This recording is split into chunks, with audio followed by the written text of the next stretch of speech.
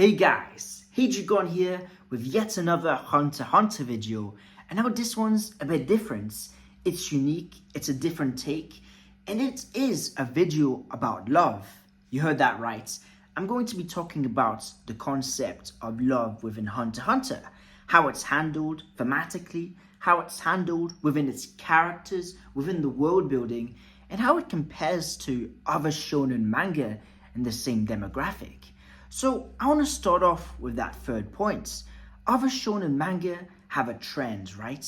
Whether it be Sword Art Online with Asuna and Kirito, or whether it be Goku and Chi-Chi, Ichigo and Orihime, or Naruto and Hinata, there is a trend that throughout the series, there are sprinkles of romance and there are love triangles which are set into the very world building that make it so that there's always that bit of tension that's there in the story, even when there's nothing to do with romance going on in the plot. There's always that concept of who will get with Sakura. Will it be Sasuke? Will it be Naruto? And Hunter x Hunter completely ditches that altogether. I find it quite interesting because romance is very much a key facet, not just of shonen anime, but of series in general, of people's lives. You know, most people in their lifetimes will have some kind of romance to some degree. So it's a very interesting choice that we don't actually have a single romance in Hunter x Hunter. Now, yes, we do have couples, right? Of course, you've got parents, like you've got the Zodiac family, not the best example. But we don't see any romantic scenes. In fact, the closest we get to it is Palm and Gon's dates. Now already that's like, whoo, calm down there, that's a bit crazy. But Palm's character has been shown to be someone that's very much missed at being appreciated. And in the manga especially, it's very evident, but also in the anime, the dating and the whole Palm and Gon thing is very much used as an aspect of comedy. The more and more it can be seen like a romantic date, the more and more the humor comes in. So, you know, it's close, but it's not quite. It's almost, it's a play on what a date or a romantic relationship should be. The other example we have is Kaiser, that said that he might like Melody, but we know that he's a man with loyalties that lie absolutely everywhere, and we don't know what he truly thinks. So I think that's already a bit of a stretch as well. So that leaves us with the closest next thing being Komugi and Meruem, which we know is absolutely platonic. So there is absolutely no hints of romance. So this leaves love in the most traditional form. The other manga which does this is One Piece. The love in that series is focused on the members of the Straw Hats within each other. And Hunter x Hunter takes a different approach. The love in Hunter x Hunter is from what the characters are hunting themselves. Of course, the title, Hunter x Hunter. For Komugi, she's hunting that sense of play. She wants to enjoy playing Gungi. For Meruem, he's hunting that sense of finding himself, and he does it through playing Gungi with, of course, Komugi. And all these characters, Gon and Killua is searching for his purpose, but Gon saved him. Gon is getting helped by Killua, who keeps him in place as he searches for his purpose. It's all these loves that are intertwined with each other, and it's based on the already established characterizations and the world building. Now, world building is often a concept that gets misconstrued, right? World building isn't just how big the world is, how immersive it is. It's how the world shapes the characters. For instance, a good example of world building will be the Zodiac family estates. That completely shapes how Killua is and how Killua's relationship to Gon ends up being in terms of their love, which of course is a romantic, platonic love. And the same with Meruem. His relationship with Komugi is shaped off being a chimera ant that comes from the Dark Continent. And now, what Togashi does here is absolutely exceptional because he pushes the genre. He's very much a pioneer in this regard. All his love stories are very much about people chasing their dreams, about how dreams intertwine, dreams overlap, about how there's the tragedy of it. In each one of his love stories, he tells a different tale. There's no two love story in Hunter x Hunter that's the same. Of course, you've got the tragic love of friendship between Overgin and Nobunaga. But the ones I want to highlight in particular, as this is a very broad subject, is I want to carry 4 of them into this video. Komugi, Meruem, Killua and Gon, Alluka and Killua, and last but not least, Leorio and Kurapika. Now, in all these love stories, it's a very different dynamic. Of course, for Leorio, he is very much someone that's looking out for Kurapika. It used to be the other way around, as Kurapika was his figure of reason amongst the group, and as he's lost himself, Leorio becomes his yin-yang. They're a yin-yang to each other. They're constantly reversing to keep each other in check. So the story here and the moral is that you need that balance in life, right? If you're productive, you also need efficiency. If you're sleepy, you also need to be able to get good rest. There is always a balance that needs to be done. And that's really what that love story is focused on balance. Then we've got Meruem and Komugi, which is focused on appreciation. It's focused on this art of gratitude. Komugi is happy to be playing, and Meruem is happy to be amongst someone that doesn't have a relationship to him, which is fabricated. As he is this king, this person that everyone's looking up to, he finally has someone that's normal to him, that's someone that treats him with kindness, someone that's so transparent and doesn't have any sort of fear or malice towards him. It's an experience that he can be himself through her, and they're both in the sense of meditation. It's almost like the enlightenment through each other, and we even see this in the artwork in the anime. There's these golden lush colors and these bubbles coming out, which, yes, of course, is a hint to, Komugi's Nen ability, where she can just strategize at the Gungi, but it's also symbolic. And Togashi is very good at combining symbolism with the current plot. And he does this with how he uses the different forms of love in Hunter x Hunter. He's so good at merging all these different assets, these facets of this incredible, lush story together to make it that much more intricate and interesting. And Komugi and Meruem complete each other in the same way that Kurapika and Leorio do. Just the difference is, all these characters complete each other in different ways. And then you've got Gon and Killua. You've got characters that do the opposites. Yes, they complete each other in the sense that they're a support system for each other, but in fact, they harm each other. From Killua's perspective, Gon is this light. He's this boy that saved him from his abusive family. He is this gold-hearted kid that just wants to have fun, and he wants to help Gon fix his own family issues to find his dad. And because of that pedestal, that great grand image that Killua has of Gon, and because of Killua's fear of losing Gon, it means that Killua takes it easy on him. He lets Gon get away with things that Gon just shouldn't do.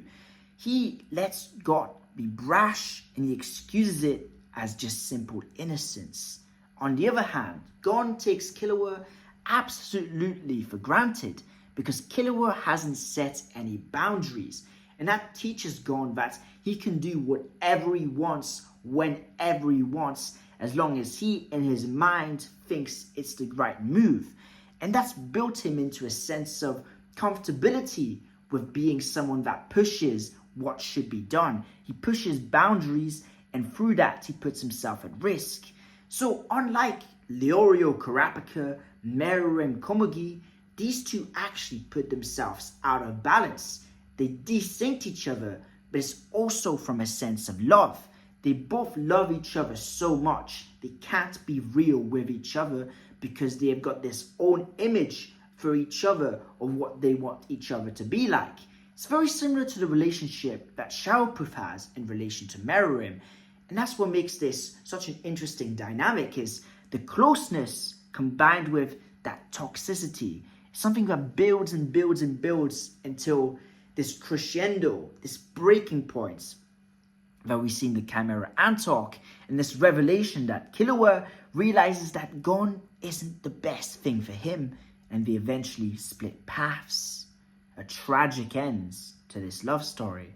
And lastly, but certainly not least, we have Alluka and her big brother Killua.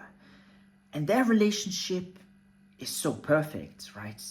They are characters that need each other.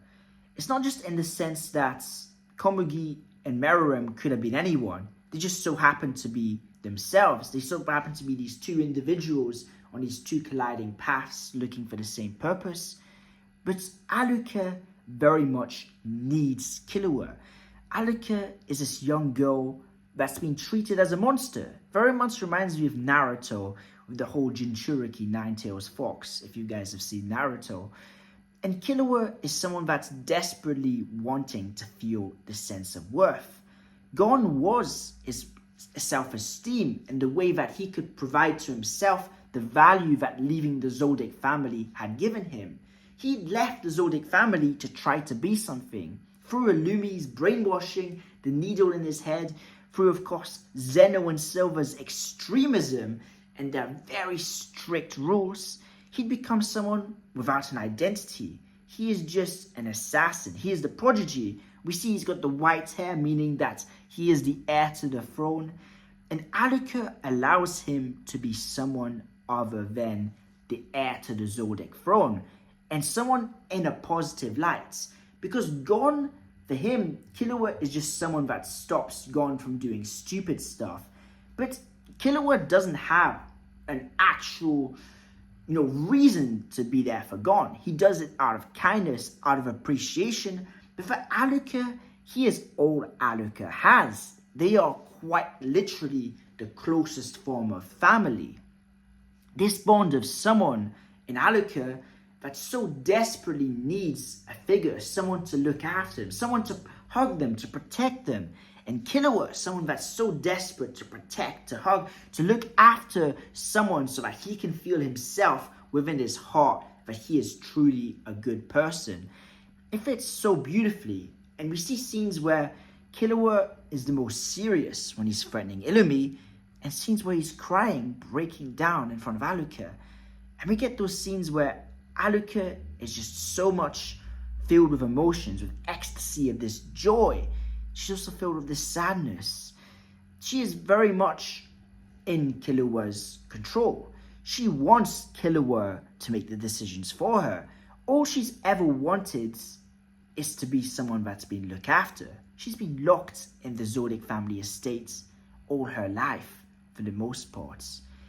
And these four relationships with love, because they're all different forms of love, from brotherly love to sister-brother love, all the way to just, neutral, from a stranger to another stranger that became close. Hunter x Hunter is able to use the concept of love and to play on the romance, because whilst none of these are romantic, it definitely takes aspects from it. It takes the intimacy of a romantic relationship and it puts it into characterization, into character interactions, and into overall the world building, right? We know how much things mean to each character based on where they come from, where they grew up, and how the environment of the arc they're currently in impacts it. And it's so wonderful because I feel like if Togashi went the stereotypical routes, let's say he added some female characters, just, as a pretext, because that's what the other series are doing.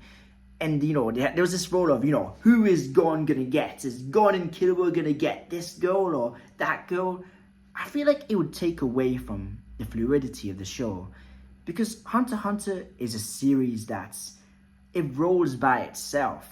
It very much feels like Togashi isn't in control of the series. And by that, I mean that everything feels so fluid and organic, almost by removing that unrational, unpredictable, and sometimes even just bizarre aspect of romantic relationships.